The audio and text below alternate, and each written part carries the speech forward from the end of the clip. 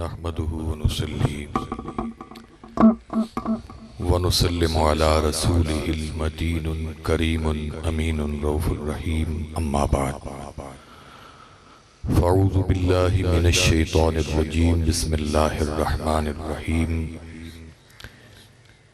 إن الله وملائكته يصلون على النبي يا أيها الذين آمنوا صلوا عليه وسلموا تسليما اللهم صل على سيدنا ومولانا محمد وعلى آل سيدنا ومولانا محمد وبارك وسلم صلاة وسلاما عليك يا سيدي يا رسول الله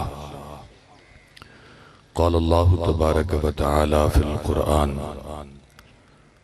ولا تقولوا لمن يقتل في سبيل الله أموات بل أحياء ولكن لا تشعرون وقال الله تبارك وتعالى في القرآن لا تحسبن الذين قتلوا في سبيل الله أمواتا بل أحياء عند ربهم يرزقون وقال الله تبارك وتعالى في القرآن نحن أقرب إليه من حبل الوريد وقال الله تبارك وتعالى في مقام آخر إن الذين يؤذون الله ورسوله لعنهم الله في الدنيا والآخرة وأعد لهم عذابا مهينا آمنت بالله صدق الله العظيم وقال النبي صلى الله عليه وسلم الحسين مني وأنا من الحسين وقال النبي صلى الله عليه وسلم من مات على حب آل محمد مات شهيدا وقال النبي صلى الله عليه وسلم من مات على بغض آل محمد مات كافرا آمنت بالله صدق الله العظيم وصدق رسوله النبي الكريم انتہائی واجب الاحترام حاضرین محترم نبی کریم صلی اللہ علیہ وآلہ وسلم کی ذات اقدس پر درود و سلام پڑھنے کے بے شمار فضائل و برکات ہیں۔ میرے آقا صلی اللہ علیہ وآلہ وسلم کا ارشاد گرامی ہے کہ جو شخص میری ذات پر ایک مرتبہ درود پڑھتا ہے اس کے نام اعمال میں 10 نیکیاں لکھ دی جاتی ہیں، اس کے نام اعمال سے 10 گناہوں کو مٹا دیا جاتا ہے اور اس کے 10 درجات کو بلند کر دیا جاتا ہے۔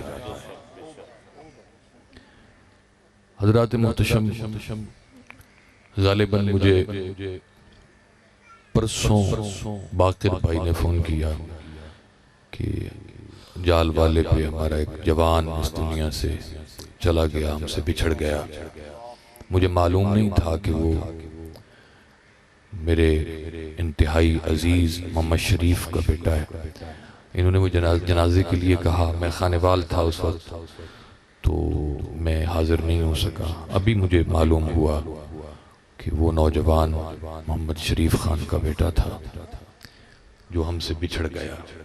حضرات محتشم، یہ آنے اور جانے کا سلسلہ روز ازل سے قیامت تک جاری رہے گا۔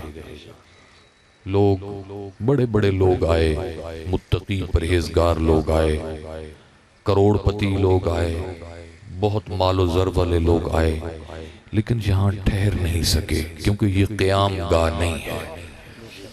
یہاں آئے اس مسافر خانے میں جتنا عرصہ ان کو دیا گیا تھا انہوں نے انتظار کیا، اور جب اس دنیا میں ان کا سفر ختم ہو گیا تو وہ رخت سفر باندھ گئے اور عالم برزخ کی طرف منتقل ہو گئے۔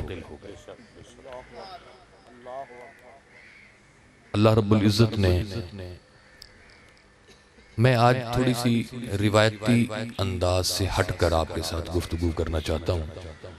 آپ کو معلوم ہے کہ میں کوئی عالم نہیں ہوں، میں نے مدارس میں دورہ حدیث نہیں کیا۔ آپ لوگوں کی محبت ہے کہ تھوڑی سی معلومات کی بنیاد پر آپ مجھے بلا لیتے ہیں اور میں حاضر ہو جاتا ہوں۔ تو میں گفتگو کرنے کے لیے آتا ہوتا ہوں۔ واعظ و تقریر علماء کا کام ہے، مفتیان کا کرام ہے، مفتیان کرام کا کام ہے۔ تو میں تو بس آپ جیسا یا آپ سے بھی کمتر انسان ہوں، بس جو کچھ میری معلومات میں ہے وہ یاد دہانی کے لیے، پتہ آپ کو بھی ہوتا ہے تو یاد دہانی کے لیے حاضر ہو جاتا ہوں۔ تو میں آج عرض کر رہا تھا کہ میں آج روایتی انداز سے تھوڑا سا ہٹ کر بات کرنا چاہتا ہوں۔ بنیادی طور پر ایک بات ذہن نشین کر لیں کہ جب انسان قبر کے اندر جائے گا اس سے 3 سوال کیے جائیں گے۔ اس میں پہلا سوال ہوگا من ربک، تیرا رب کون ہے؟ دوسرا سوال ہوگا ما دینک، تیرا دین کون سا ہے؟ اور تیسرا سوال نبی کریم صلی اللہ علیہ وآلہ وسلم کی ذات کے ساتھ منسلک ہوگا۔ حضور علیہ السلام کا چہرہ انور پردے پر ظاہر کیا جائے گا اور پوچھا جائے گا اس شخصیت کے بارے میں کیا کہتا تھا۔ اب میں ان 3 سوالوں کی تفصیل میں نہیں جانا چاہتا، فقط یہ بتانا چاہتا ہوں کہ جب انسان کا اس دنیا سے انتقال ہوتا ہے، وہ عالم برزخ میں جاتا ہے، قبر میں جاتا ہے، تو وہاں پر پہلے سوال عمل کے متعلقہ نہیں ہونے، وہ عقیدے کے متعلقہ ہونے۔ یعنی عقیدہ اتنی اہمیت کا حامل ہے کہ انسان جب قبر میں جاتا ہے تو سب سے پہلے یہ سوال ہوگا من ربک، اس کا تعلق بھی عقیدے کے ساتھ ہے، عمل کے ساتھ نہیں ہے۔ عمل اور عقیدے میں فرق ہے۔ عقیدہ ایک نظریہ ہے کہ جو انسان اپنے سینے میں محفوظ رکھتا ہے، تو سب سے پہلے جو سوالات ہوں گے ان کا تعلق عقائد کے ساتھ ہوگا، نظریات کے ساتھ ہوگا، عمل کے ساتھ نہیں ہوگا۔ عمل کیا ہوتا ہے؟ روزہ رکھنا، نماز پڑھنا، صدقہ خیرات کرنا، یہ عمل ہے۔ عمل کے متعلق قبر کے اندر سوال نہیں ہوگا۔ کہتے ہیں نا کہ سب سے پہلا سوال نماز کا ہوگا، تو نماز کا جو سوال ہوگا وہ روز حشر ہوگا، آخرت میں ہوگا۔ جب آپ اس دنیا سے ٹرانسفر کرتے ہیں اور عالم برزخ میں جاتے ہیں تو وہاں اعمال کے بارے میں پوچھا نہیں جائے گا بلکہ عقائد کے بارے میں پوچھا جائے گا۔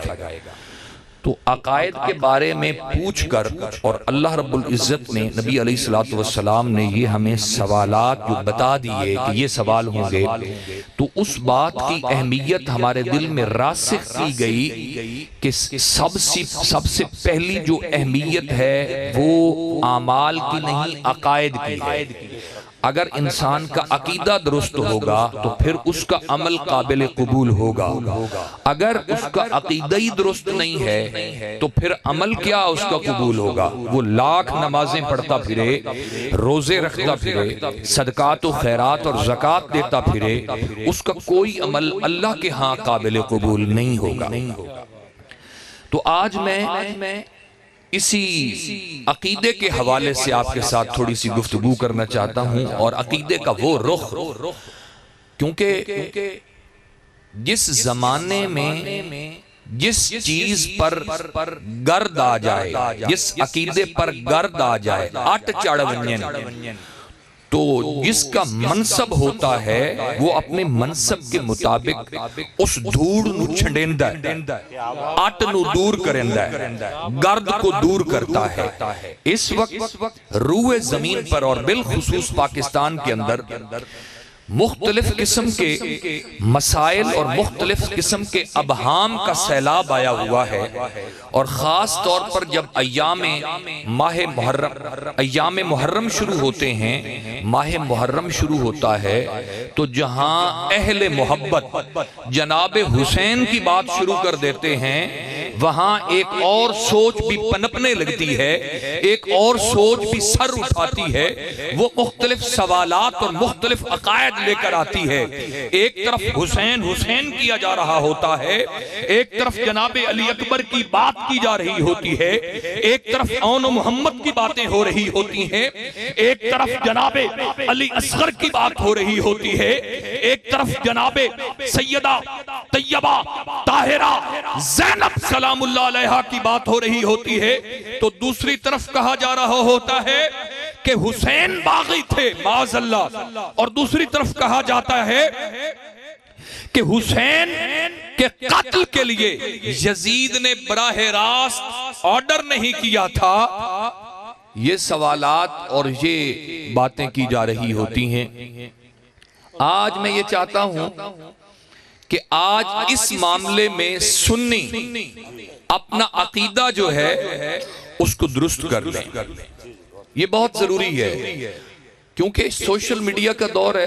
آپ موبائل دیکھتے ہیں، ایک طرف جناب حسین کی قربانیوں کا ذکر و تذکرہ ہوتا ہے، جناب علی اکبر کی قربانیوں کا ذکر و تذکرہ ہوتا ہے، جناب مسلم بن عقیل اور ان کے شہزادوں کی بات اور ان کے کارناموں کی بات کی جاتی ہے، تو دوسری طرف اسی سوشل میڈیا پر کہا جاتا ہے کہ یزید نے براہ راست جناب حسین کے قتل کے آرڈر نہیں کیے تھے. اور پھر بعض گشت سنی جاتی ہے کہ کراچی کی دھرتی پر ایک طبقہ اٹھا اور انہوں نے کہا امیر یزید زندہ باد، معاذ اللہ استغفر اللہ. یہ اس پاک دھرتی، یہ وہ پاک دھرتی ہے کہ جو مدینہ کے بعد نظریہ اسلام پر اور لا الہ الا اللہ محمد الرسول اللہ کی بنیاد پر معرض وجود میں آئی. اس دھرتی پر ایسے لوگ بھی موجود ہیں جو یزید کو امیر کہتے ہیں اور امیر یزید زندہ باد کے نعرے لگاتے ہیں. حضرات محتشم، ضرورت اس بات کی ہے کہ آج کیونکہ جو ایجوکیٹڈ سوسائٹی ہے، جو پڑھا لکھا طبقہ ہے، وہ تو ویسے جناب حسین سے دور ہو گئے. وہ چاہے بریلوی ہوں، چاہے وہ دیوبندی ہوں، چاہے وہ اہل حدیث ہوں، جو ایجوکیٹڈ سوسائٹی ہے، جو تعلیم یافتہ طبقہ ہے، وہ واقع کربلا کو ایک پرانا واقعہ سمجھتا ہے. لیکن یارو، میں آپ کو بتا دینا چاہتا ہوں کہ یہ وہ واقعہ ہے کہ اگر یہ واقعہ رونما نہ ہوتا اور اگر حسین قربانی نہ دیتے، اگر جناب علی اکبر قربانی نہ دیتے، جناب علی اصغر قربانی نہ دیتے، اللہ کی عزت کی قسم ان مسجدوں کے اندر اذانیں نہ ہوتی. برائے مہربانی تشریف رکھیں برائے مہربانی. کوئی بندہ مجھے پیسے نہ دے، میری بات کو غور سے سنیں. میں اس گرد کو اتارنا چاہتا ہوں اور یہ میری ذمہ داری ہے. اللہ کے لیے، خدا کے لیے کوئی بندہ نہ اٹھے گا، پیسہ دینے کے لیے مجھے کوئی نہیں اٹھے گا. میری بات ان پیسوں سے بہت قیمتی ہے اور خدا کی قسم جس کے بارے میں اللہ رب العزت نے ارشاد فرمایا الہاکم التکاثر حتی زرتم المقابر، کہ ہلاک کر دیا تمہیں مال و دولت کو جمع کرنے کی ہوس نے، یہاں تک کہ تم نے قبریں جا دیکھی. اللہ کی عزت کی قسم آج اگر حسین کے بارے میں کوئی بات کی جاتی ہے تو اس کے پیچھے بھی بڑی بڑی گاڑیاں ہیں، بہت انویسٹمنٹ ہے، بہت پیسہ ہے. اور خدا کی قسم اس پیسے نے ایمان چھین لیا. اور لوگوں، حسین اس کائنات کے زر سے، اس کائنات کے تمام خزانوں سے بہت بڑا خزانہ ہے. اس خزانہ جو حسین کا خزانہ ہے، اس کے سامنے یہ تو ہیچ ہے. یہ دنیا کا پیسہ، یہ دنیا کا خزانہ، یہ کائنات، یہ ساری چیزیں بہت ہیچ ہیں. جناب حسین کا مقصد بہت اونچا ہے، جناب حسین کا منشور بہت اونچا ہے. تو میں یہ چاہتا ہوں کہ یہ جو آج اس دھرتی پر جناب حسین کے بارے میں تشکیک پیدا کی جا رہی ہے، شکوک و شبہات پیدا کیے جا رہے ہیں، ان شکوک و شبہات کو ختم کر دیا جائے. کہا جاتا ہے کہ میاں جو یزید تھا وہ کلمہ گو تھا، وہ مسلمان تھا، اس لیے اس پر لعنت نہیں کرنی چاہیے. کسی نے سنی ہے یہ بات؟ کہتے ہیں نا، لوگ کہتے ہیں نا کہ اس پر لعنت نہیں کرنی چاہیے، وہ مسلمان تھا اس لیے اس پر لعنت نہیں کرنی چاہیے. یہ باتیں ہم نے اپنے کانوں سے سنی اور میں نے اپنے کانوں سے امیر یزید زندہ باد کے نعرے سنے. حضرات محتشم، حیران ہوں کہ اس دنیا کو کیا ہو گیا، کائنات کو کیا ہو گیا، لوگوں کو کیا ہو گیا. آئیے اب قرآن سے ان سوالات کے جوابات ڈھونڈنے کی کوشش کرتے ہیں اور دیکھتے ہیں کہ حسین کہاں کھڑا ہے اور بدبخت یزید ملعون کہاں کھڑا ہے. آج یہ دیکھنے کی کوشش کریں گے. اللہ رب العزت نے قرآن کریم میں فرمایا وَلَا تَقُولُوا لِمَنْ يُقْتَلُ فِي سَبِيلِ اللَّهِ أَمْوَاتٌ بَلْ أَحْيَاءٌ وَلَكِنْ لَا تَشْعُرُونَ. فرمایا کہ جو اللہ کی راہ میں لڑتے ہوئے مارے جائیں ان کو مردہ مت کہو، ان کو مردہ مت کہو، بلکہ وہ زندہ ہیں، تم شعور نہیں رکھتے. ایک بات سامنے آ گئی، ثابت ہو گئی کہ زندگی دو قسم کی ہے. ایک ایسی زندگی ہے جو زندگی ہمارے شعور میں آ سکتی ہے، ہم اس زندگی کو دیکھ سکتے ہیں، اس کی ایکٹیویٹیز کو ہم اپنی آنکھوں سے دیکھ سکتے ہیں کہ زندہ انسان چلتا بھی ہے، پھرتا بھی ہے، کھاتا بھی ہے، پیتا بھی ہے، اور مختلف دنیا میں اس کے تحرکات ہوتے ہیں، ایکٹیویٹیز ہوتی ہیں۔ ایک تو یہ زندگی ہے جو ہماری سمجھ میں آ جاتی ہے، اور ایک زندگی اور ہے کہ بظاہر موت کی ساری نشانیاں اس کے اندر موجود ہیں، اس کا ہاتھ حرکت نہیں کرتا، اس کی زبان بول نہیں رہی، اس کے قدم چل نہیں رہے، اس کے اندر کوئی موومنٹ نہیں ہے، کوئی تحرک نہیں ہے، کوئی حرکت نہیں ہے، لیکن اللہ اس کے بارے میں فرماتا ہے کہ اس کو مردہ مت کہنا، اس کو مردہ مت کہنا، یہ زندہ ہے۔ اب اس کے اندر توجہ آپ کی میری طرف ہے،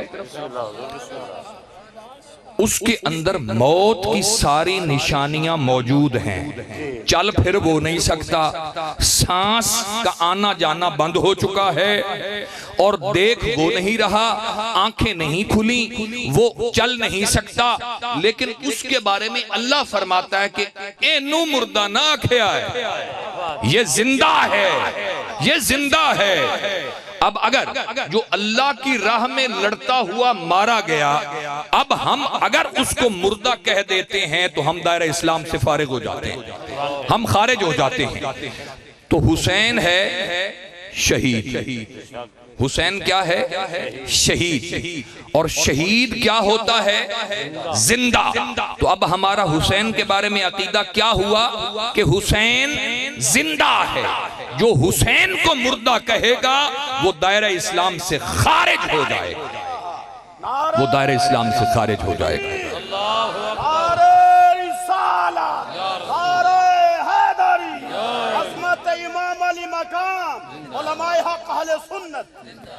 اب ہمارے لیے یہ حیران کن بات ہے کہ ایک شخص جس کے اندر موت کی ساری نشانیاں پائی جاتی ہیں، اس کے بارے میں اللہ فرماتا ہے کہ اس کو مردہ مت کہنا، یہ زندہ ہے، اس کی زندگی تیرے شعور میں نہیں آ سکتی۔ ہم مان گئے کہ مولا ہمارا شعور تھوڑا، چھوٹا سا شعور، چھوٹی سی عقل، تو نے فرما دیا کہ یہ مردہ نہیں ہے۔ بظاہر ہماری عقل یہ کہتی ہے کہ یہ مردہ ہے، لیکن مولا تو نے یہ فرما دیا کہ یہ مردہ نہیں ہے، تو ہم مان گئے یہ مردہ نہیں ہے۔ لیکن مولا ایک غلط دس، اس نو اسی دیکھ نہیں سکتے، جناب حسین کو ہم دیکھ نہیں سکتے، ایک بات تو بتا مولا کہ وہ ہے کہاں؟ مولا یہ بتا کہ وہ ہے کہاں، حسین ہے کہاں؟ زندہ جو ہے۔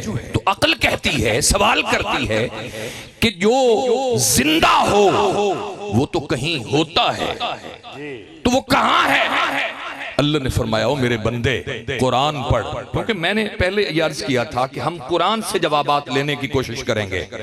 کہا جاتا ہے کہ سولڑے سنا دیتے ہیں، واقعات کا سہارا لیتے ہیں، نہیں، آج ہم قرآن سے پوچھیں گے، اے قرآن بتا اگر حسین زندہ ہے تو حسین ہے کہاں؟ اللہ نے فرمایا لا تحسبن الذین قتلوا فی سبیل اللہ امواتا بل احیاء عند ربہم۔ مولا کہاں ہے؟ اللہ نے فرمایا عند ربہم، وہ اپنے رب کے پاس ہے۔ دوسرا سوال مل گیا، جواب مل گیا۔ پہلا سوال یہ تھا کہ حسین جو شہید ہوا وہ زندہ ہے کہ مردہ؟ اللہ کے قرآن نے فرمایا حسین زندہ ہے، حسین زندہ ہے۔ یہ عقدہ حل ہو گیا، یہ گانٹ کھل گئی کہ حسین مردہ نہیں ہے، حسین زندہ ہے۔ ہم نے اللہ سے عرض کیا مولا یہ بتا، مولا یہ بتا کہ ہمارے شعور میں یہ زندگی آ نہیں سکتی، ذرا یہ تو بتا کہ حسین ہے کہاں؟ حسین ہے کہاں؟ قرآن سے ہم نے پوچھا، قرآن سے ہم نے، توجہ میری طرف ہے، قرآن سے پوچھا کہ مولا بتا حسین کہاں ہے؟ اگر زندہ ہے تو حسین کہاں ہے؟ قرآن نے جواب دیا عند ربہم، وہ اپنے رب کے پاس ہے۔ دو جوابات مل گئے کہ حسین زندہ ہے اور حسین ہے کہاں؟ قرآن نے جواب دیا عند ربہم، وہ اپنے رب کے پاس ہے۔ ابھی بھی ہم حسین تک نہیں پہنچے، ابھی بھی ہم حسین تک نہیں پہنچے۔ پھر اگلا سوال ذہن میں آتا ہے کہ اگر حسین زندہ ہے اور مولا حسین تیرے پاس ہے تو ذرا یہ بھی بتا دے۔ احباب تھوڑا تھوڑا قریب آ جائے، مہربانی فرما کے آمن والے مہمانوں تکلیف ہو رہی، تھوڑا تھوڑا یہ قریب آ جاؤ۔ نعرہ تکبیر، نعرہ رسالت، نعرہ خلافت، نعرہ حیدری، نعرہ حیدری، علماء اہل سنت ماشاءاللہ۔ کتنے سوالات کا جواب مل گیا تھا؟ دو کا۔ پہلا سوال یہ تھا کہ حسین کس پوزیشن میں ہے، تو کیا جواب ملا تھا؟ حسین زندہ ہے۔ دوسرا سوال ہم نے عرض کیا تھا اللہ کی بارگاہ میں کہ مولا حسین ہے کہاں، حسین ہے کہاں؟ تو قرآن نے کیا جواب دیا تھا؟ کیا جواب دیا تھا؟ کوئی یاد ہے آپ کو؟ کہ میں ایسے ہی مغز ماری کر رہا ہوں کہ حسین ہے کہاں؟ اپنے رب کے پاس ہے۔ حسین اپنے رب کے پاس ہے۔ پھر میں نے عرض کیا مولا حسین اپنے رب کے پاس ہے، رب کہاں ہے؟ رب کہاں ہے؟ ذرا یہ تو بتا مولا، ہم حسین تک پہنچنا چاہتے ہیں، ہم حسین کے قدموں کو چھونا چاہتے ہیں، حسین تیرے پاس ہے، کیونکہ ہم نے حسین تک پہنچنا ہے۔ مولا یہ تو بتا کہ رب کہاں ہے، تو کہاں ہے؟ آئیے قرآن سے پوچھتے ہیں قرآن کیا جواب دیتا ہے۔ قرآن فرماتا ہے نحن اقرب الیہ من حبل الورید۔ ایسے ہی ہے نا، قرآن ہی فرما رہا ہے نا نحن اقرب الیہ من حبل الورید، کہ اللہ تیری شہرگ سے بھی زیادہ قریب ہے۔ پتہ چل گیا کہ رب تبوں نیڑے ساڑے، تو یہ تو پہلے پتہ چل چکا تھا کہ حسین اپنے رب کے پاس ہے، تو رب کہاں ہے؟ شہرگ سے زیادہ قریب ہے۔ تو حسین کس کے ساتھ ہے؟ حسین کس کے پاس ہے؟ اپنے رب کے پاس ہے۔ تو معلوم یہ ہوا کہ جہاں رب ہے وہاں حسین ہے۔ حسینیت، حسینیت، حسینیت۔ اور میں وضاحت کے طور پر ایک اور بات بھی عرض کرتا چلوں کہ میں سنیت حنفیت کو پریزنٹ کر رہا ہوں۔ میں سنیت حنفیت اس کو پریزنٹ کر رہا ہوں۔ مت یہ سمجھیے کہ حسین کرنے سے بندہ شیعہ ہو جاتا ہے، یا شیعہ ہی حسین کا ذکر و تذکرہ کرتے ہیں۔ یہ بات ذہن سے نکال دیجئے، یہ تو ہماری ناانصافی ہے خاندان مصطفیٰ کے ساتھ، عطرت مصطفیٰ کے ساتھ سنیوں کی ناانصافی ہے کہ ہم نے اپنے بچوں کے نام رکھنے چھوڑ دیے ان کے نام پر، اور ایک خاص طبقہ انہوں نے نام رکھنے شروع کر دیے۔ لوگو کیا ہمارا خاندان مصطفیٰ کے ساتھ کوئی تعلق نہیں ہے؟ کتنے سنی بیٹھے ہیں جن کا نام غلام تقی ہے؟ کتنے سنی بیٹھے ہیں؟ کوئی ہاتھ نہیں اٹھے گا، کوئی ہاتھ نہیں اٹھے گا۔ اگر آپ شیعہ کے پاس چلے جائیں تو وہاں تقی بھی موجود ہے، نقی بھی موجود ہے، جعفر بھی موجود ہے، یہ سارے موجود ہیں۔ وہاں میرے خیال میں سنیوں میں ایک کاظم بیٹھا ہے۔ آپ کا نام کاظم ہے؟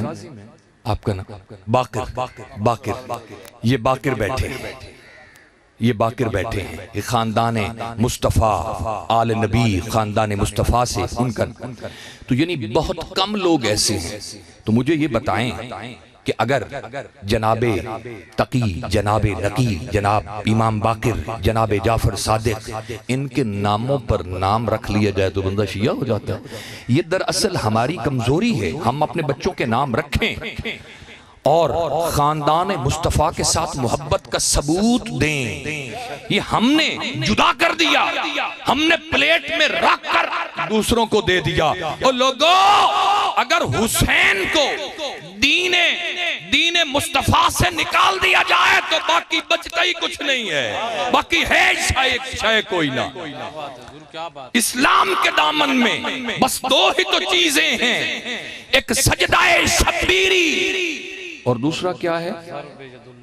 ضرب ید اللہ، دوسرا سجدہ شبیری۔ دو ہی تو چیزیں ہیں اسلام کے دامن میں، دو ہی تو چیزیں ہیں، ضرب ید اللہ اور ایک سجدہ شبیری، دو ہی تو چیزیں ہیں۔ اگر سجدہ شبیری کو نکال دیا جائے، آج تو میں حیران ہوتا ہوں، میں کہیں گیا اور مجھے چٹ بھیج دی، میں عالم علوم تو ہوں نہیں کہ میں چٹوں کا جواب دیتا پھروں، میں توڑے ورگے بندے جٹ چوٹ، میں خود بھی جٹ جیا بندہ توڑے رل گل کرنے واسطے آوے نہ کوئی مولوی بن کے یا وائس بن کے، یہ میری حیثیت ہی نہیں۔ میں در چٹ آ گئی جنہیں جی جناب امام حسین بوقت شہادت وہ سجدے میں تھے کہ نہیں تھے، وہ نماز کی حالت میں تھے کہ نہیں تھے؟ کتنے افسوس کی بات ہے کہ آج یہ سوال بھی اٹھنے تھے، اور کہیں حضور علیہ السلام کی پیاری بیٹی جناب مخدومہ کائنات حضرت سیدہ طیبہ طاہرہ فاطمہ زہرا رضی اللہ تعالی عنہا کی ذات اقدس پر سوال اٹھنا شروع ہو گئے۔ یہ بدبختی اور بدنصیبی ہے اس امت کی۔ ایک لحاظ سے سب سے خوش قسمت یہ امت کی حضور کی امت ہے، اور پھر حضور کی امتی ہونے کے ساتھ کتنی بڑی بدقسمتی ہے کہ آج ہم خانوادہ رسول پر، سرکار صلی اللہ علیہ وسلم کی آل مبارک پر اور پیاری شہزادی مخدومہ کائنات پر سوال اٹھانا شروع کر دیں اور خطاؤں کی بات کرنا شروع کر دیں۔ کتنی ذلت آمیز بات ہے۔ تم اگر کرنا چاہتے ہو تو اپنی بیٹی کی خطا کی بات کرو، چوکوں میں کھڑے ہو کے، شہروں میں کھڑے ہو کے، سٹیجوں پہ کھڑے ہو کے اپنی بیٹی کی خطا کی بات کر۔ یہ مخدومہ کائنات وہ مخدومہ کائنات ہے کہ بروز محشر جب تشریف لائیں گی، ندائے غیبی آئے گی کہ اے اہل محشر اپنی آنکھوں کو بند کر لو، اپنی آنکھوں کو بند کر لو۔ اس میں ابدال بھی ہوں گے، غوث بھی ہوں گے، اس میں آل نبی بھی ہوں گے، اصحاب رسول بھی ہوں گے، وہاں صدیق اکبر بھی ہوں گے، جناب فاروق اعظم بھی ہوں گے، عثمان غنی بھی ہوں گے، طلحہ بھی ہوں گے، زبیر بھی ہوں گے، آدم بھی ہوں گے، نوح بھی ہوں گے، موسیٰ بھی ہوں گے، عیسیٰ بھی ہوں گے۔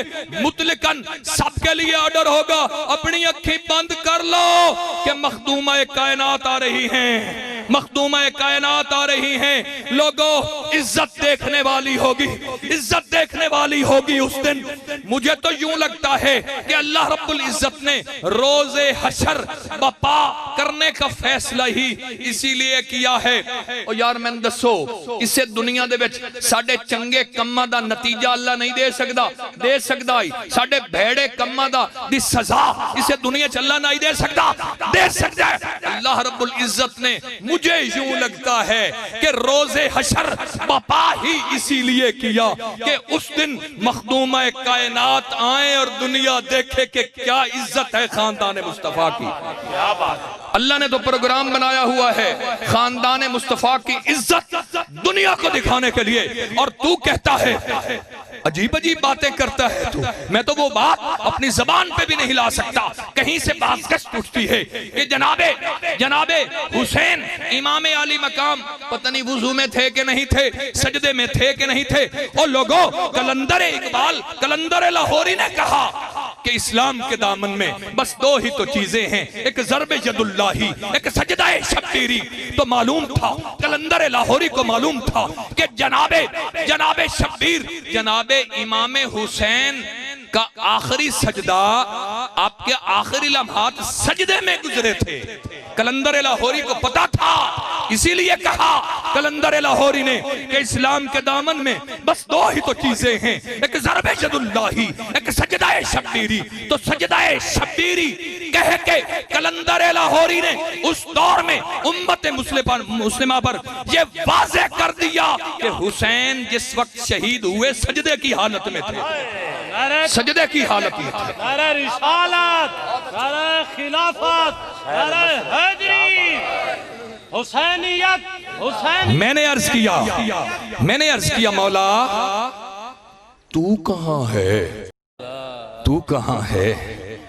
اللہ نے فرمایا نحن اقرب الیہ من حبل الورید کہ اللہ تو انسان کی شہرگ سے بھی زیادہ، تیری شہرگ سے بھی زیادہ قریب ہے۔ تو جہاں رب ہے وہاں، کیونکہ اللہ نے حسین کو اپنے ساتھ جو رکھا، عند ربہم، اپنے ساتھ، رب کے ساتھ، تو رب کہاں ہے؟ رب شہرگ سے زیادہ قریب ہے۔ اور لوگو حسین تو ہمارے بہت قریب ہے، ہمارے بہت قریب ہے، اور حسین کے بغیر کچھ بھی نہیں۔ خدا کی قسم جتنے پیغمبر آئے اس وقت تک انہوں نے دین پہنچایا۔ اس وقت صدیق اکبر، فاروق اعظم، یعنی کربلا تک جتنے لوگ آئے وہ پیغمبروں کا پہنچایا ہوا دین ان کے پاس تھا، اور ہمارے پاس حسین کا بچایا ہوا دین ہے۔ ہمارے پاس حسین کا بچایا ہوا دین ہے۔ کربلا تک پیغمبروں کا پہنچایا ہوا دین اس عوام تک تھا، اور کربلا کے بعد آج تک اور قیامت تک جس دین پر تم عمل پیرا ہوگے وہ حسین کا بچایا ہوا دین ہے۔ وہ حسین، میں چیلنج کرتا ہوں، میری اس بات کو کوئی چیلنج کر کے دکھائے کہ کیا ہم جس دین پر عمل کر رہے ہیں وہ پہنچایا ہوا دین ہے یا بچایا ہوا دین ہے؟ اسی لیے میرے نبی نے فرمایا الحسین منی وانا من الحسین۔ یہ کون آپ کے ساتھ باتیں کر رہا ہے؟ سنی۔ کون باتیں کر رہا ہے؟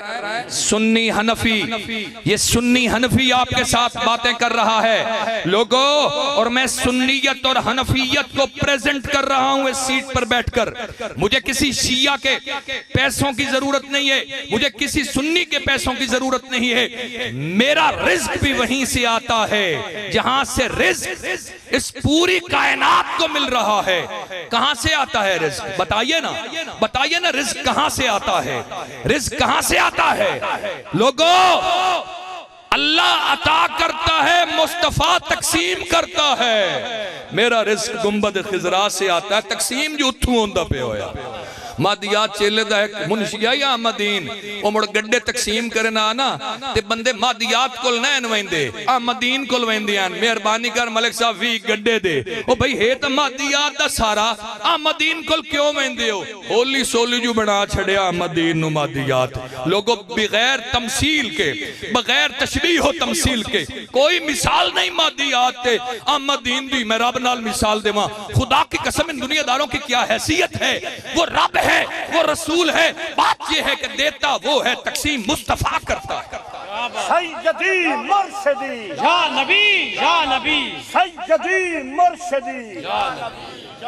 حضرات محتشم، حضرات گرامی، میں عرض کر رہا تھا کہ میں وہ گرد وہ صاف کرنا چاہتا ہوں جو گرد ہمارے عقائد پر ڈال دی گئی ہے، ایک سوچی سمجھی سازش کے تحت، اور اس کے پیچھے بہت بڑی انٹرنیشنل انویسٹمنٹ ہے، جو انویسٹمنٹ بلوا رہی ہے کہ امیر یزید زندہ باد، کراچی کی سرزمین پر یہ نعرے لگ رہے ہیں۔ اس کے پیچھے انویسٹمنٹ ہے، اس کے پیچھے ایک خارجی سوچ ہے جو خاندان اہل بیت کے خلاف تھے۔ اس وقت بھی خاندان رسول، خاندان اہل بیت کے خلاف تھے۔ آپ کو معلوم ہے نا کہ ادھر تو 150 تھے یا 72 تھے یا 150 تھے، تے ادھے کتنے ہیں؟ 30,000، کم و بیش 30,000 کا لشکر تھا۔ اذان ادھر بھی ہو رہی تھی، قیام ادھر بھی ہو رہا تھا، رکوع ادھر بھی کیا جا رہا تھا، سجدے ادھر بھی کیے جا رہے تھے، قیام ادھر بھی ہو رہا تھا، سجدے ادھر بھی ہو رہے تھے، رکوع ادھر بھی ہو رہے تھے۔ فرق یہ تھا کہ ادھے یزید آئی، ادھے حسین آئی۔ فرق یہ تھا۔ تو میں یہ چاہتا ہوں کہ آپ بھی اس طرف کھڑے ہوں، اس طرف کھڑے ہوں جہاں حسین ہو، جہاں حسین کی محبت ہو۔ ہمیں وہ نماز نہیں چاہیے، ہم وہ نمازی نہیں، ہم وہ نمازی نہیں جو ادھر والے تھے، ہم وہ نمازی نہیں، ہم وہ اذان دینے والے نہیں جو ادھر والے تھے، ہم وہ ساجد نہیں، ہم وہ سجدہ کرنے والے نہیں جو ادھر سجدے کیے جا رہے تھے۔ ہم سجدہ کرتے ہیں تو ہم ساتھ پسند یہ کرتے ہیں کہ ہم حسینی سنی ہیں، ہمارے دل میں محبت حسین کی محبت ہے، ہم حسین کے قدموں پر اپنی جان وار دیں، اور ایک نہیں کروڑوں جانیں ہمیں ملے، ہم حسین کے قدموں پر وار دیں۔ حضرات گرامی، میں نے کچھ سوال پہلے عرض کیے تھے۔ میں نے عرض کیا تھا کہ کہا جاتا ہے کہ یزید نے براہ راست امام حسین کے قتل مرڈر کا آرڈر ہی نہیں کیا تھا۔ کبھی آپ نے سنا یہ بات؟ آپ نے کبھی سنی کہ کہا جاتا ہے؟ کہنے والے کہتے ہیں کوئی مسئلہ ہے جی؟ کہنے والے کہتے ہیں کہ یزید دا آرڈر ہی کوئی نہ دیتا جی، جناب حسین دے قتل دا یا شہادت دا آرڈر ہی کوئی نہ دیتا۔ آئیے نبی سے پوچھتے ہیں کہ میرا، کیونکہ واقعات کا سہارا لیا، اگر کوئی جواب بھی دیتا ہے نا تو واقعات کا سہارا لیا جاتا ہے۔ نبی علیہ السلام، یہ اپنی دل کی تختی پر لکھ لیں کہ نبی علیہ السلام نے ارشاد فرمایا کہ ابو سفیان کے خاندان سے ایک لونڈا جس کا نام یزید ہوگا وہ میری امت کا قاتل ہوگا۔ میرے حضور علیہ السلام نے پہلے بتا دیا۔ مجھے سمجھ نہیں آتی کہ جو دورہ حدیث کرتے ہیں، جو مسلم پڑھتے ہیں، جو بخاری پڑھتے ہیں، جو مشکات پڑھتے ہیں، جو ابن ماجہ پڑھتے ہیں، جو سنن ابن ابی داؤد پڑھتے ہیں، کیا ان کو یہ حدیثیں نظر نہیں آتی؟ میرے نبی نے کیٹیگوریکلی فرما دیا کہ ابو سفیان کے خاندان سے ایک شخص، ایک لونڈا، ایک چھوکرا جس کا نام یزید ہوگا، وہ میرے دین کے ٹکڑے ٹکڑے کرے گا۔ کون سی تشکیک اور کون سا شک رہ گیا؟ اور پھر حضرات محتشم، اس یزید بدبخت میں سنیوں کا عقیدہ بتا رہا ہوں، یہ اس سے سنی مضبوط ہوتا ہے۔ میں کسی اور مسلک یا مذہب یا کسی اور نظریے کی ترجمانی نہیں کر رہا، نہ ہی مجھے کسی اور مسلک و مذہب کے ترجمانی کرنے کی کوئی ضرورت ہے۔ کسی کو ضرورت ہوتی ہوگی، کوئی مزاج کے ساتھ ڈل جاتا ہوگا، مجھے ڈلنے کی ضرورت نہیں ہے۔ میں نے پہلے عرض کیا، میرا رزق وہیں سے آتا ہے جہاں سے پوری کائنات کھا رہی ہے۔ اور پھر کہا جاتا ہے کہ وہ تو کافر نہیں تھا، کہا جاتا ہے کہ وہ کافر نہیں تھا، اس لیے یزید پر لعنت میں احتیاط کرنی چاہیے، لعنت نہیں بھیجنی چاہیے۔ کہا جاتا ہے نا، کہا جاتا ہے وہ مسلمان تھا یار نہیں۔ پھر وہ جو یہ بات کرنے والے ہوتے ہیں نا، بڑے محتاط اور بڑے پرامن انسان بطور بڑے پرامن پیش کرتے ہیں کہ یار نہیں اس طرح نہیں کرنا چاہیے، اس طرح نہیں کرنا چاہیے۔ آئیے قرآن سے پوچھتے ہیں کہ یزید پر لعنت کرنا جائز ہے یا ناجائز ہے؟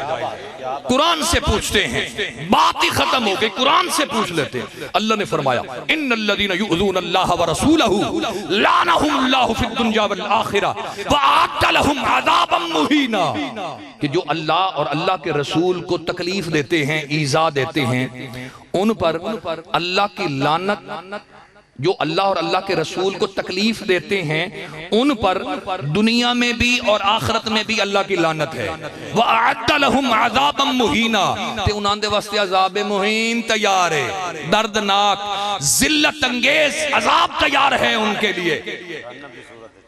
جہنم کا ایک دردناک عذاب ہے۔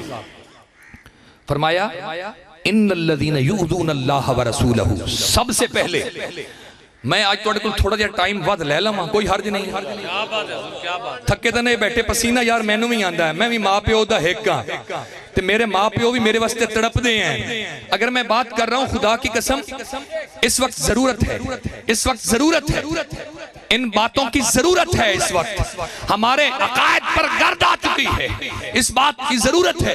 حضرات محترم، فرمایا گیا ان الذین یؤذون اللہ ورسولہ، جو اللہ، بے شک جو اللہ اور اللہ کے رسول کو تکلیف دیتے ہیں، اللہ کی لعنت ہے ان پر دنیا میں بھی اور آخرت میں بھی۔ وَأَعَدَّ لَهُمْ عَذَابًا مُحِينًا، اور ان کے لیے ذلت انگیز عذاب تیار ہے۔ یہ قرآن نے فرمایا۔ اچھا یہاں پر شروع کرتا ہوں، ان الذین یؤذون اللہ ورسولہ، کہ جو اللہ، جو لوگ اللہ اور اللہ کے رسول کو تکلیف دیتے ہیں۔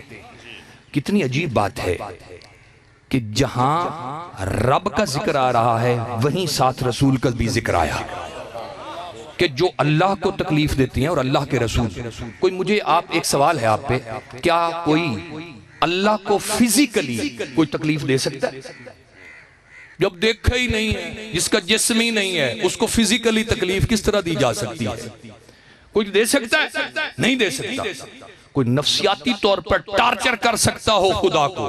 نہیں کر. وہ تو احساسات سے پاک ہے, وہ تو جذبات سے پاک ہے, وہ تو جسم سے پاک ہے. اس کو کیسے تکلیف دی جا سکتی ہے؟ نہیں دی جا سکتی. تو پھر یہ کیا قرآن نے کیوں فرمایا کہ ان الذین یؤذون اللہ ورسولہ, کہ جو لوگ اللہ اور اللہ کے رسول کو تکلیف دیتے ہیں, جب تکلیف دے کوئی نہیں سکتا اللہ کو, تو پھر اللہ نے قرآن میں فرمایا کیوں کہ جو اللہ اور اللہ کے رسول کو تکلیف دیتے ہیں. مفسرین نے لکھا کہ دراصل جو رسول کو تکلیف دیتا ہے وہی اللہ کی تکلیف ہے. دوسری جگہ پر قرآن فرماتا ہے وَمَن يُطِعِ الرَّسُولَ فَقَدْ أَطَاعَ اللَّهَ, کہ جس نے رسول کی اطاعت کی بس اسی نے اللہ کی اطاعت کی. ایک اور مقام پر میرا رب فرماتا ہے یا ایھا الذین آمنوا لا تقدموا بین یدی اللہ ورسولہ, ایمان نہ لے اللہ تے اللہ دے رسول تو اگا نہ بدھیا ہے. بھئی رب سے آگے بڑھ کون سکتا ہے؟ بات در اصل یہ ہے کہ جو رسول سے آگے بڑھنے کی کوشش کرے گا وہی خدا سے آگے بڑھنے کی کوشش کرے گا. دو ہستیاں ہیں, حکم ایک ہے, ہستیاں دو ہیں, رب ہے اور رب کا رسول ہے, اور حکم ایک ہے. ایک ہی حکم میں ہستیاں دو ہیں. کتنی محبت ہے میرے رب کو اپنے رسول کے ساتھ کہ رب کو کوئی تکلیف دے ہی نہیں سکتا. اللہ کہتا ہے جو تکلیف میرے محبوب کو دیتا ہے دراصل وہ میری تکلیف ہے, مجھے تکلیف دیتا ہے. یہ تو طے ہو گیا کہ جس نے رسول کو تکلیف دی اس نے اللہ کو تکلیف دی. یاد رکھے ہے میں کیا کیا ہے پچھلے بھی دسو یار, جس نے رسول کو تکلیف دی اس نے اللہ کو تکلیف دی. یعنی اب یہ کنفرم ہو گیا کہ جس نے رسول کو تکلیف دی اس نے اللہ کو تکلیف دی. اچھا ہون ذرا اے سوچئے, اے ویکھئے کہ کتنی تکلیف دی ہوئے تو بندہ ملعون ہو گیا ہے. ایکٹ کے لگا, ایکٹ کیا تھا کہ ملعون ہو جاتا ہے. جو اللہ اور اللہ کے رسول کو ایذا دیتا ہے وہ ملعون ہو جاتا ہے, وہ لعنتی ہو جاتا ہے. جس طرح لعنتی کون ہوا؟ شیطان.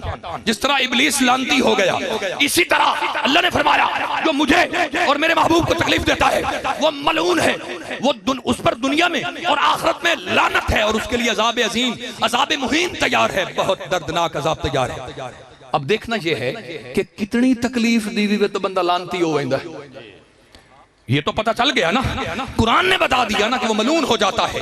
اب ہم نے دیکھنا یہ ہے کہ اس تکلیف کا معیار کیا ہے, اس تکلیف کا سٹیٹس کیا ہے, کہ کتنی تکلیف دی جائے تو بندہ ملعون ہو جاتا ہے. اور قرآن سے ڈھونڈتے ہیں, قرآن سے پوچھتے ہیں کہ کتنی تکلیف دی ہوئے تو بندہ لعنتی ہو گیا ہے. دنیا دے وچ بھی تے آخرت دے وچ بھی اللہ دی لعنت ہوندی ہے اس تے. وہ کتنی تکلیف ہے اگر حضور کو دی جائے, کتنی تکلیف ہے. آئیے سورہ نور اٹھائیے, سورہ نور آیت نمبر 23. میں کنتونوں کہہ دے سیندہ پہ کہ کتنی تکلیف, سوال کے آئی کتنی تکلیف دی جائے, کتنی تکلیف دی جائے, سوال یہ ہے. اب میں جواب دینے لگا ہوں. قرآن فرماتا ہے سورہ نور آیت نمبر 23, یہ قرآن اٹھا کے دیکھ لیجئے گا. اللہ نے فرمایا کہ جس اے ایمان نہ لے ہو جس سے لے تو انو رسول کھانے واسطے بلاوے گھر رچ. تکلیف کا سٹیٹس یہ سے لے تو انو گھر رسول بلاوے, نبی علیہ السلام گھر تو انو کھانے واسطے بلاویں, بھیا وہ کھانا کھا لو, تو اس سے لے گئے کرو جس سے لے کھانا تیار ہوئے. پہلے وائنتے نہ بہ رہے کرو. آج عاشق بھائی میں نے آکھیا جانا جی کیویں پہلے آ جاؤ آنا تھوڑی گفتگو کر لئیے. اللہ نے کیا فرمایا کہ نبی جس وقت تمہیں بلائے کھانے کے وقت اس وقت جایا کرو جس وقت کھانا تیار ہو. کیوں؟ اس لیے کہ جب پہلے وقت گئے ہوئے تو نبی نو تکلیف ہو سی. تکلیف کتنی، سوال یہ تھا کہ کتنی تکلیف دی جائے تو بندہ ملعون ہو جاتا ہے. اب ہم نے ڈھونڈا کہ کتنی تکلیف دی جائے تو بندہ ملعون ہو جاتا ہے، اتنے بڑے عذاب کا مستحق ہو جاتا ہے. اور یہ لا، یہ ایکٹ جس کو ملعونیت کہتے ہیں، اس کا وہ مستحق ہو جاتا ہے. وہ سٹیٹس کیا ہے، معیار کیا ہے تکلیف کا؟ کہ اگر پہلے وقت گئے ہو تو نبی نو تکلیف ہو سی، تکلیف دا معیار ہے. یہ ہمارے نزدیک بڑی مائنر سی بات ہے، لوگ پہلے چلے جاتے ہیں، یہ مائنر سی بات ہے. اور شادی بیاہ میں ہم جاتے ہیں، 2 بجے کا ٹائم ہوتا ہے، 3 بجے گھر سے نکلتے ہیں، 4 بجے وہاں پہنچتے ہیں، 5 بجے کھانا شروع ہوتا ہے، اور اس کے بعد کتنی دیر بیٹھے رہتے ہیں. یہ ہمارا اصول ہے. لیکن جو رول عام لوگوں پر لاگو ہوتا ہے، نہ نبی پر وہ رول لاگو ہوتا ہے، نہ حسین پر لاگو ہوتا ہے. یہ بھی یاد رکھیے گا. وہ مصطفیٰ ہے اور حسین اطرت مصطفیٰ ہے. جو اطرت مصطفیٰ ایک کدی مت خیال پہ کرے ہے بھئی ساڑھے واسطے رول اوہ جڑا نبی واسطے یا حسین واسطے. وہ کیسے؟ حضور علیہ السلام نے فرمایا حالت جنابت میں، ناپاکی دی حالت جنابت میں مسجد نبوی میں کوئی داخل نہیں ہو سکتا ما سوائے میرے تے علی دے. ایکٹ ہمارے لیے اور جناب علی کے لیے ایکٹ اور. اس لیے یہ جو اطرت مصطفیٰ ہے ان کے لیے قوانین اور، ہمارے لیے قوانین اور. حضرات گرامی، اگر کھانے کے بعد تم لوگ بیٹھے رہے تو اس پر بھی نبی کو تکلیف ہوتی ہے. یہ تکلیف ہے جس پر انسان ملعون ہو جاتا ہے. تکلیف کا سٹیٹس بتایا سورہ نور آیت نمبر 23. پھر فرمایا کہ جس وقت تمہیں کوئی چیز، کسی چیز کی ضرورت ہو، جس طرح ہم کسی گھر میں کھانا کھانے کے لیے جاتے ہیں، اگر نمک کم ہوتا ہے سالن میں، ہم مانگ لیتے ہیں تھوڑا جا نمک تو دیویا ہے. اللہ رب العزت فرما رہے ہیں کہ اگر تمہیں کسی چیز کی ضرورت ہوتی ہے تو ازواج مطہرات سے پردے کی حالت میں مانگنا. پردے تو بغیر نہ مانگ لوے ہے، اس لیے کہ نبی کو اس پر تکلیف ہوتی ہے. اور میں قرآن کی باتیں کر رہا ہوں کہ کھانا کھانے کے فوراً بعد چلے جانا، کیونکہ نبی تمہیں نہیں فرمائیں گے کہ واگ جاؤ، کیونکہ وہ حیا والے ہیں. یہ قرآن فرما رہا ہے سورہ نور آیت نمبر 23. یہ پڑھیا ہے آج جا کے، وہ دی تفسیر پڑھیا ہے کہ وہ حیا والے ہیں. او نہ توانو آپ پہ کوئی نہیں آکھنا جو واگ جاؤ، لیکن مینوں اس گال دا حیا نہیں، مینوں اس گال دا حیا کوئی نہیں. میں اپنے محبوب واسطے میں آکھا توانو بھائی واگ گیا کرو. اللہ نے فرمایا چلے جایا کرو، اس لیے کہ نبی کو تکلیف ہوتی ہے. یہ سٹیٹس ہے. اگر کوئی چیز تم مانگتے ہو تو پردے کی حالت میں مانگو، کیونکہ نبی کو تکلیف ہوتی ہے. دل تے ہاتھ رکھ کے دیانتداری نال دسیا ہے. ایک طرف تو اگر پردے کے بغیر کوئی نمک مانگ لے تو میرے نبی کو تکلیف ہوتی ہے، اور دوسری طرف کربلا کے اندر خیموں کو جلا دیا جاتا ہے، خیموں کو جلا دیا جاتا ہے، تو اس پر میرے نبی کو تکلیف نہیں ہوئی ہوگی؟ بتاؤ نا، جواب دو مجھے. اس پر بھی حیا کرتے ہو؟ شرم آتی ہے تمہیں؟ تم بڑے امن والے بنتے ہو. حضرات گرامی، میرے نبی کی اطرت کے خیموں کو جلا دیا گیا. مولوی کا کلیجہ پھر بھی ٹھنڈا نہ ہوا. مولوی تھے نا ادھر داڑیوں والے، حفاظ، قاری، جو میرے نبی کے اطرت کے قاتل تھے، جو علی اکبر کی لاش پر گھوڑے دوڑانے والے تھے. ملا تھے نا وہ، علی اکبر کے لاش پر گھوڑے دوڑائے. مولوی کا کلیجہ ٹھنڈا نہ ہوا. سیدہ زینب کو دمشق کے بازاروں میں پھرایا گیا، اس بدبخت کا کلیجہ ٹھنڈا نہ ہوا. اس ملا کا کلیجہ ٹھنڈا نہ ہوا. جناب علی اصغر کے گلے میں تیر مارا گیا، کلیجہ ٹھنڈا نہ ہوا. یہ کس سے کہانیاں ہیں؟ ان سے پوچھو کہ ابھی قاسم کا لاشا آیا، پھر علی اکبر کا آ گیا، اون محمد. جس وقت یہ لاشیں آتے ہوں گے، ایک جوان شریف دا گیا ہے، پورا جال آلہ تڑپ اٹھیا ہے، پورا ککر آلہ تڑپ اٹھیا ہے. اور لوگوں خاندان نبوت سے جا کے پوچھو کہ جس وقت ایک سے ایک لاشیں آتا ہوگا، خیموں کے اندر لاشیں آتے ہوں گے، تو وہاں کیا حالت ہوتی ہوگی؟ سیدہ زینب کی کیا حالت ہوگی؟ شہربانوں کی کیا حالت ہوگی؟ وہاں پر کیا کوہرام بپا ہوا ہوگا؟ لوگوں تم کیا سمجھتے ہو کہ ان سینوں میں کوئی پتھر تھے جنہوں نے ہمارے لیے، ہماری مسجدوں کے لیے، ہمارے کلمے کے لیے، اس قرآن کے دفاع کے لیے سب کچھ، اپنا سب کچھ اللہ کی راہ میں دے دیا؟ ہم آج کہیں کہ حسین کو اس نے قتل نہیں کروایا، ہم یہ باتیں کریں، اتنی بڑی زیادتی ہے۔ اپنے آپ کو دیوبندی کہو، مجھے کوئی فرق نہیں پڑتا، اپنے آپ کو بریلوی کہو، اپنے آپ کو اہل حدیث کہلواؤ، لیکن اپنا عقیدہ جناب حسین اور اطرت مصطفیٰ کے بارے میں ٹھیک رکھو، اطرت مصطفیٰ کے بارے میں ٹھیک رکھو۔ میں نے عرض کیا سٹیٹس یہ تھا، معیار یہ تھا تکلیف کا، بس اتنی تکلیف پر، اور پھر کہا جاتا ہے کہ وہ تو مسلمان تھا، یزید تو مسلمان تھا، کلمہ گو تھا۔ آج میں اس کی کلمہ گوئی اور اس کی مسلمانی کا بھی میں پوسٹ مارٹم کرتا چلا جاؤں۔ ارے لوگوں، قرآن کے اندر جہاں بھی عذاب کا لفظ آیا اس کے ساتھ 3 قسم کے الفاظ استعمال کیے گئے: عذاب عظیم، عذاب علیم اور عذاب مہین۔ قرآن اٹھا کے دیکھ لیں، یہ پڑھ کے دیکھ لیں، پڑھنے سے بات بنتی ہے، لگی لگائیوں سے ادھر سے سن لی ان کا ہو گیا، ادھر سے سن لی ان کا ہو گیا، اس طرح نہیں۔ قرآن اٹھا کے دیکھیں، قرآن میں 3 قسم کے لفظ عذاب کے ساتھ آئے ہیں: عذاب عظیم، عذاب علیم اور عذاب مہین۔ قرآن اٹھا کے دیکھ لیں، عذاب عظیم کامن ہے سب کے لیے، کافراں واسطے بھی استعمال ہویا، مسلمان گناہگاراں واسطے بھی استعمال ہویا۔ عذاب علیم زیادہ تر کفار کے لیے استعمال ہوا ہے، بہت تھوڑا مسلمانوں کے لیے جو گناہگار ہیں ان کے لیے تھوڑا استعمال ہوا ہے، تھوڑی جگہوں پہ۔ اور اس کے بعد ایک ڈگری ہے عذاب مہین۔ میں نے جو الفاظ استعمال کیے تھے اور جو آیت پڑھی تھی اس میں تھا وَأَعَدَّ لَهُمْ عَذَابًا مُهِينًا، دردناک عذاب ہے۔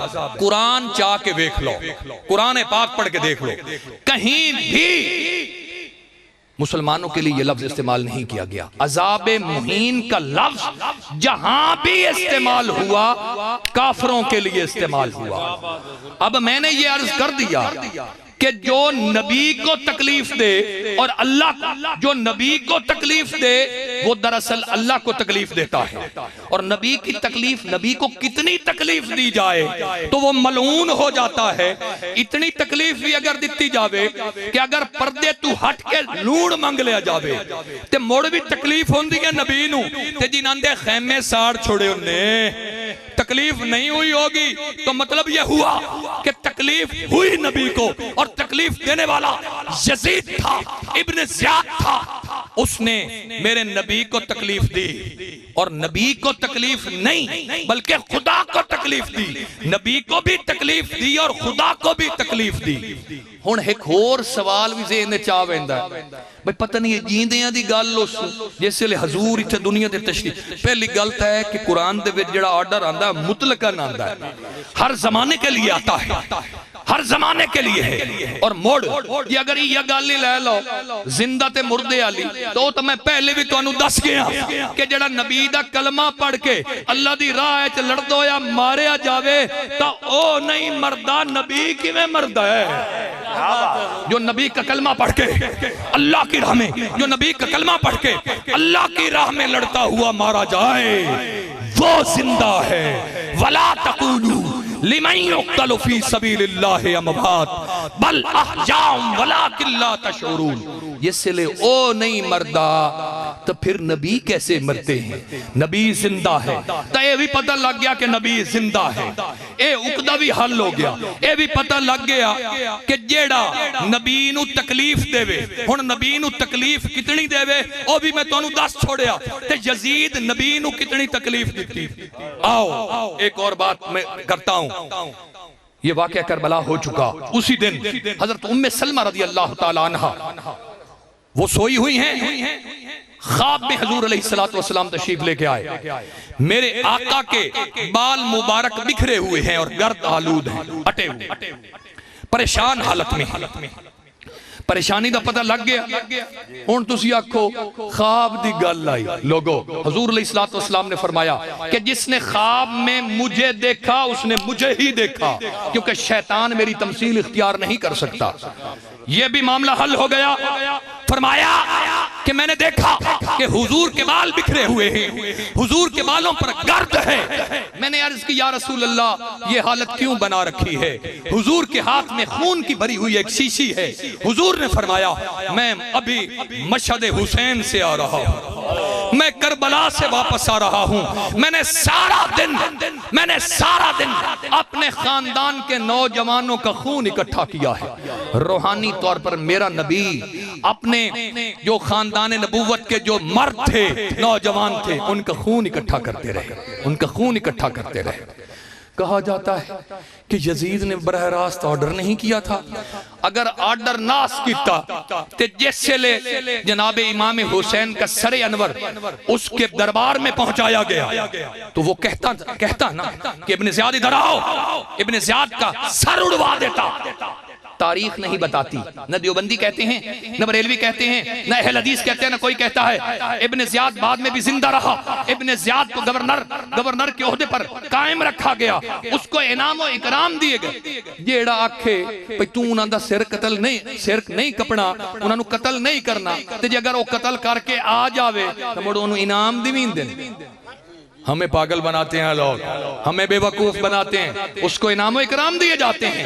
اس لعین بدبخت نے اب یہ پتہ چل گیا جس وقت کہ عذاب مہین صرف کافروں کے لیے، اور عذاب مہین ان کے لیے ہے جو نبی کو تکلیف دیتے ہیں، اور نبی کو تکلیف دی یزید نے، تو یزید نے تکلیف دی نبی کو، یہ ہو گیا ملعون، یہ ہو گیا لعنتی، اللہ کی اس پر لعنت دنیا میں بھی اور آخرت میں بھی، اور اس کے لیے عذاب مہین ہے۔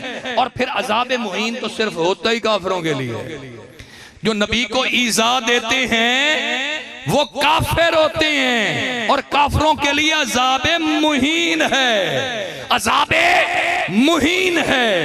اور پھر ایک اور مقام پر میرے نبی نے فرمایا مماتا علی حب آل محمد مات شہیدہ، اور پھر فرمایا مماتا علی بغض آل محمد مات کافرہ، جس نے آل محمد کے ساتھ بغض رکھا وہ کافر ہو کر مرا۔ اس سے اور بڑا بغض کیا ہوگا؟ دربار میں لے کے گئے، اس بدبخت کے ہاتھ میں چھڑی تھی، اس بدبخت لعین کے ہاتھ میں چھڑی تھی، یزید کے ہاتھ میں۔ اس یزید نے میرے حسین کے دانتوں پر اور ہونٹوں پر چھڑی مار کر کہا اے جنہ غلط فہمی نال جڑے شہید ہو ونجن انہاں دے نال انجے کرین دی بھئی چھڑی مارتے انہاں نو اکھیندا ہے بھئی او دے وچ تے بدر دے وچ جڑے میرے وڈکے مر گئے ہیں، میرے وڈکے فنا فنار ہو گئے ہیں، اگر آج او ہوندے تب وہ دیتے خوش ہوندے بھئی میں آل نبی کو بدلہ لائے لے آئے۔ وہ یہی باتیں کرتے ہیں، بھلا وہ یہی باتیں کرتے ہیں۔ اور یزید لعین نے تو باقاعدہ خط لکھا تھا کوڈ ورلڈ میں خط لکھا تھا کہ ابن زیاد کو کہ اے ابن زیاد تیرا ملک، تیرا شہر اور تیرا زمانہ تا سارے ملکوں، سارے شہروں اور سارے زمانوں سے اہم ہے، اس لیے کہ تیرے کوفے میں حسین آ رہا ہے، جنہیں حسین نال نپٹی، یہ حسین نال نہ نمٹ سکے ہوں تو میں تینوں ذلیل غلام دی زندگی تن طرف لوٹا چھوڑے سا، تینوں میں غلام بڑا چھوڑے سا۔ بس یہ خط اس کو ملا، اس نے جواب بھیجا اور پھر حسین کو شہید کر دیا۔ ابھی بھی گھسیڑنے کی کوشش کی جاتی ہے۔ اچھا حضرات گرامی ایک اور بھی آپ کو بات بتا دوں، کہا جاتا ہے کہ حسین کہ یزید جنتی ہے۔ کیوں بھائی جنتی ہے؟ وہ اس لیے کہ حضور کی حدیث ہے کہ قسطنطنیہ کے علاقے میں جو لشکر اسلام، پہلا لشکر اسلام حملہ کرے گا، اس میں جو شامل ہوگا وہ جنتی ہے۔ یہ بات کہی جاتی ہے اور کہا جاتا ہے آدھین بیلی جنہیں اس لشکر اسلام دے وچ یزید شامل آئی لہذا او جنتی استغفر اللہ معاذ اللہ۔ اب یہ اس بات کا بھی میں جواب دے دوں، پہلی بات یہ ہے کہ حدیث کے اندر قسطنطنیہ کا لفظ ہی نہیں آیا، لفظ حمص آیا ہے، قسطنطنیہ کا لفظ ہی نہیں آیا۔ تے بھائی تسی قسطنطنیہ بنا کے کیوں گھسڑین دے ہو یزید نو؟ کیوں یزید توڑا پیو ہے؟ یزید بابا ہے توڑا؟ وہ اپنے پتروں دا نا تا یزید رکھ کے بیکھو بدبختو۔ اتنی جرت نہیں کہ اپنے پوتر دا نا جڑا جنتی ہے جنو جنتی ہے بڑائی ودن وہ اپنے پوتر دا جنتی دا نا ہی رکھیں چاہے یزید نہیں۔ دنیا کے اندر غلام حسین، غلام باقر، غلام حسن یہ تو سنیوں اور شیعوں میں نظر آئیں گے، کوئی غلام یزید نظر نہیں آئے گا۔ قسطنطنیہ دے وچ لفظ قسطنطنیہ آئے ہی نہیں ہے، لفظ حمص ہے۔ تے جی اگر بالفرض قسطنطنیہ ہی لے لیا جاوے کہ قسطنطنیہ دے اتے جڑا حملہ کرے سی لشکر او دے وچ شامل، تو 27 ہجری دے وچ قسطنطنیہ دے اتے پہلی دفعہ لشکر اسلام نے حملہ کیتا ہے 27 ہجری ہے، تے اے ملعون یزید 29 ہجری ہے جمدہ پہ آئے بدبخت۔ اے جمن تو 2 سال پہلے کی میں قسطنطنیہ چ وڑ گیا۔ دسو نا جناب، اے صرف بغض اہل بیت جڑا گھسڑیندہ کھلا ہے یزید نو جنت دے۔ حضرات گرامی، ہمیں آگ لگ جاتی ہے جب صدیق اکبر کے بارے میں کوئی بات کرتا ہے بری، جب فاروق اعظم، جب صدیقہ کائنات امی عائشہ صدیقہ رضی اللہ تعالیٰ عنہ کے بارے میں کوئی بدبخت اور ملعون کوئی بھی بات کرتا ہے، صدیق کی صداقت پر کوئی حملہ کرتا ہے، عمر فاروق پر کوئی حملہ کرتا ہے، میری امی عائشہ صدیقہ رضی اللہ تعالیٰ عنہ کی ذات اقدس پر کوئی بدبخت حملہ کرتا ہے، ہمارے تن من کو آگ لگ جاتی ہے اور ہم مرنے مارنے کے لیے تیار ہو جاتے ہیں۔ حضرات گرامی، ایک صدیق اکبر پر بات ہوتی ہے، ہم مارنے کے لیے تیار ہو جاتے ہیں، لیکن یہ یزید مارکہ کربلا کے بعد، میرا جملہ یاد رکھے ہے پچھلا، مارکہ کربلا کے بعد اس یزید نے مسلم بن عقبہ کی قیادت میں 27,000 کا لشکر بھیجا کہ جاؤ مدینے کو جا کر برباد کر دو۔ ارے لوگوں، تاریخ تو اٹھا کے دیکھو، کیونکہ پہلے یزید کے ساتھ بیعت کر لی تھی اہل مدینہ نے، جس وقت حسین کو قتل کیا گیا، شہید کیا گیا، اس کے بعد اہل مدینہ نے یزید کی بیعت توڑ دی۔ جب یزید کو پتہ چلا، اس نے مسلم بن عقبہ کو ساتھ بھیجا 27,000 کا لشکر دے کر اور کہا کہ مدینہ کو جا کے برباد کر دو۔ اور مدینہ کی بربادی کے بعد، مدینہ کو فتح کرنے کے بعد، ترائے دیواراں واسطے مدینہ تو اڈے اٹھے حلال ہے، جیڑا کچھ ودے کرو، یہ اس بدبخت کے الفاظ تھے، جو کچھ کرو۔ یہ آئے مدینہ میں لے یہ لشکر آیا، انہاں مسجد نبوی وچ گھوڑے بنائے، انہاں مسجد نبوی وچ خچر بننے، اتھے لڈاں ہوندیاں رہیاں، ترائے دیواراں تک اذان معطل رہی، 3 دنوں تک جماعت نہیں ہوئی، نماز نہیں ہوئی۔ ایک بڑھا صحابی او دی داڑھی چو پھد کے او دے منہ دوتے تھپڑ مارے گئے۔ کیوں بھائی؟ وہ صحابی نہیں تھا ایک طرف جناب صدیق اکبر کے لیے ہمارے تن من کو آگ لگ جائے، اور جس صحابی کی داڑھی سے پکڑ کر اس کے منہ پر تھپڑ مارے گئے، انہوں انہیں کھو کھاتے پا دئیے۔ پھر دیکھئے حضرات محتشم، اسی مدینہ کے اندر 10,000 افراد کو قتل کیا گیا، اور ان 10,000 افراد میں 500 سے لے کر 1,000 کی تعداد تک جید صحابی تھے جن کو قتل کیا گیا۔ کیوں بھائی؟ ادھر 2 3 4 صحابہ کرام رضوان اللہ تعالیٰ اجمعین کے خلاف کوئی بک بک کرے تو ہمارے تن من کو آگ لگ جائے، ہم مرنے مارنے کے لیے تیار ہو جائیں، اور ہو بھی جانا چاہیے۔ ہم صدیق اکبر پر حملہ کبھی برداشت نہیں کر سکتے، ہم فاروق اعظم پر حملہ کبھی برداشت نہیں کر سکتے، اور تمام صحابہ کرام رضوان اللہ تعالیٰ اجمعین ایک ایک صحابی وہ صحابہ ستاروں کی مانند ہیں، تو ہم برداشت نہیں کر سکتے۔ لیکن وہ بھی تو صحابی ہیں نا جنہاں نو یزید قتل کرایا، اور پھر فتح کرنے کے بعد 3 دن تک یہ بدبخت مدینہ کی کواری اور عصمت والی پردے آلیاں دھیاں دے نال بدکاریاں کرتے رہے. ابھی بھی تم کہتے ہو کہ یزید جنتی ہے. 1000 تک تاریخ دکھا کے دیکھو. اب بدبختو اور یزید کو جنتی کہنے والوں اور یزید کو مسلمان کہنے والوں اور یزید کو امیر کہنے والے، اب بدبختو اور ملونو، اور دیکھو اس مدینے کے بارے میں میرے نبی نے فرمایا کہ مدینہ کے لوگوں کو اگر کوئی ڈرائے گا یا دھمکائے گا تو اس طرح پگھلے گا جیسے آگ میں سیسا پگھلتا ہے.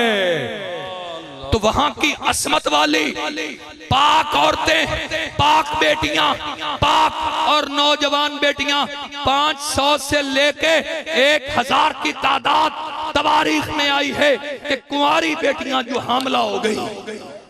ابھی بھی کہتے ہو کہ یہ جنتی ہے بدبخت. 1000 مرتبہ لعنت، کروڑ مرتبہ لعنت اس یزید پر. یہ جہنمی کتا، یہ کافر کتا جو قرآن حضرت امام احمد بن حنبل نے فرمایا کہ جس وقت چھڑی اس نے منہ پر لگائی اور ماری چھڑی حسین کے چہرہ انور پر اور کہا کہ آج بدری، آج بدر آلے میرے وڈکے تے احد آلے میرے وڈکے ویکھے نہ تا خوش ہو منا. جنہیں انہاں الفاظ دے اتے وہ کافر ہو گیا.